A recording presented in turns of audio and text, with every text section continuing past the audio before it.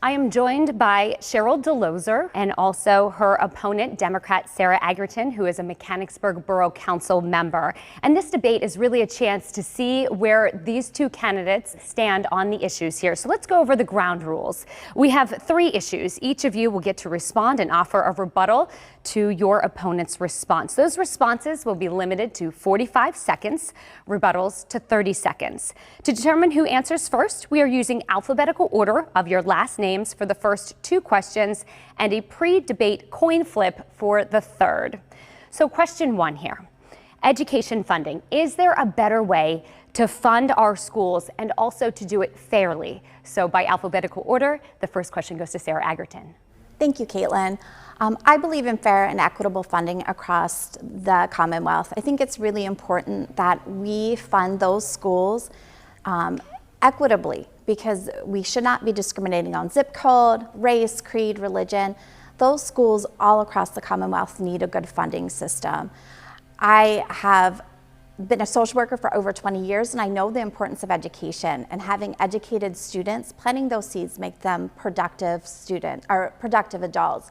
And I've been endorsed by Pennsylvania State Education Association and the Association for College, Universities, and Facilities. And so I know that they agree with that. Thank you so much. Your 45 seconds is up, and we have the same question to you about fairly funding schools. Sure. We're lucky in the 88th District. We have great schools. We have great teachers getting our kids ready for their future.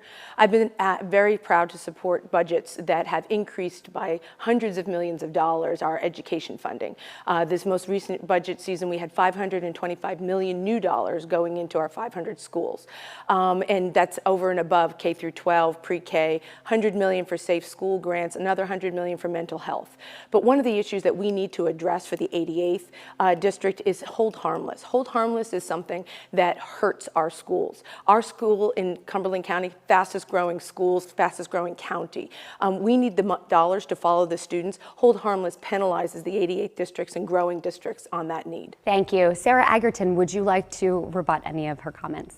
Yeah, knowing that Cumberland County is the fastest growing county in Pennsylvania, it is super important that we're following those dollars, but also making sure that we're not defunding other schools with voucher programs. I think it's really important that when schools are already struggling, that we're not diverting funding. And I know my opponent is, backing those voucher programs, and I think that it takes away what those schools need.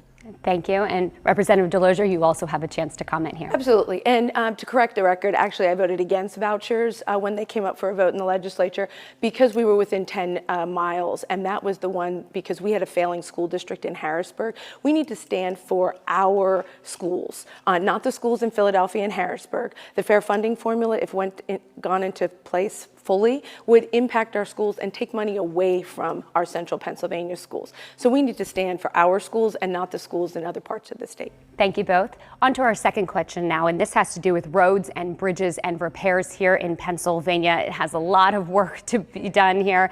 And how do we fund this work? And also, is tolling the answer? Representative DeLozer. Sure. No, tolling is not the answer for making our roads and bridges improvements. I had a bill against tolling, a companion bill with the Senate. It was part of the budget that just went into effect that the governor signed.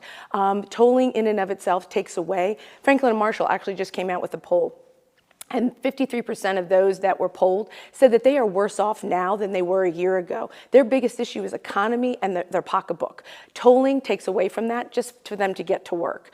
We need to also recognize that the motor licensing fund those dollars need to go to roads and bridges. Doesn't need to be paying for other things like our state police. We need state police funded out of the general fund, not the motor licensing fund. Thank you very much. And we want to give the same question now to Councilwoman Agerton. And I agree, tolling is not the answer. We have a crumbling infrastructure, but we had the opportunity in 2012 to address the tolling and fees that would go into private roads, but our elected officials weren't brave enough at that time to stand up and say no. So we still have a crumbling South Bridge that we still have to address. So we need to come up with policies that are going to go forward to help our potholes and our crumbling bridges. And I think that we need courageous leaders, because I know how hard it is to attack infrastructure. Being from Mechanicsburg, we've been working on a comprehensive plan to address our infrastructure, and we need to stand up and get that fixed because it is a bipartisan issue. Representative Delosier, do you have other comments you'd like to make? Sure. Our roads and bridges are absolutely a priority. The bridge that we have, we need to make sure that the funding follows the need. We have federal funding, hundreds of millions of dollars that are coming in from the federal government. We need to make sure those dollars go to our roads and bridges and keep them safe. Public safety is number one, and we need to make sure that our roads and bridges get the dollars that they need. That needs a restructuring. As part of a task force to make sure what the solutions are, we need to get the votes across the board, Republicans and Democrats. And Councilwoman Aggerton, your chance. So I think that we have an opportunity to use the American Rescue Funds to attack some of our infrastructure problems, but the inaction that our elected officials have had over the last decade has resulted in these crumbling infrastructures. So we need to be able to move forward and move those policies off the floor and make sure that we're attacking our bridges and our roads. The last question here has to do with gun violence in Pennsylvania.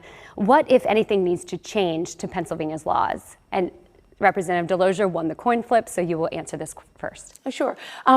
Public safety is number one, and we need to make sure that our public is safe. And one of the most recent state police statistics that come out in 2006 to 2021, firearm purchases for ownership had doubled, while the crimes with violent firearms had gone down by 30%. Our law-abiding gun owners have followed the rules.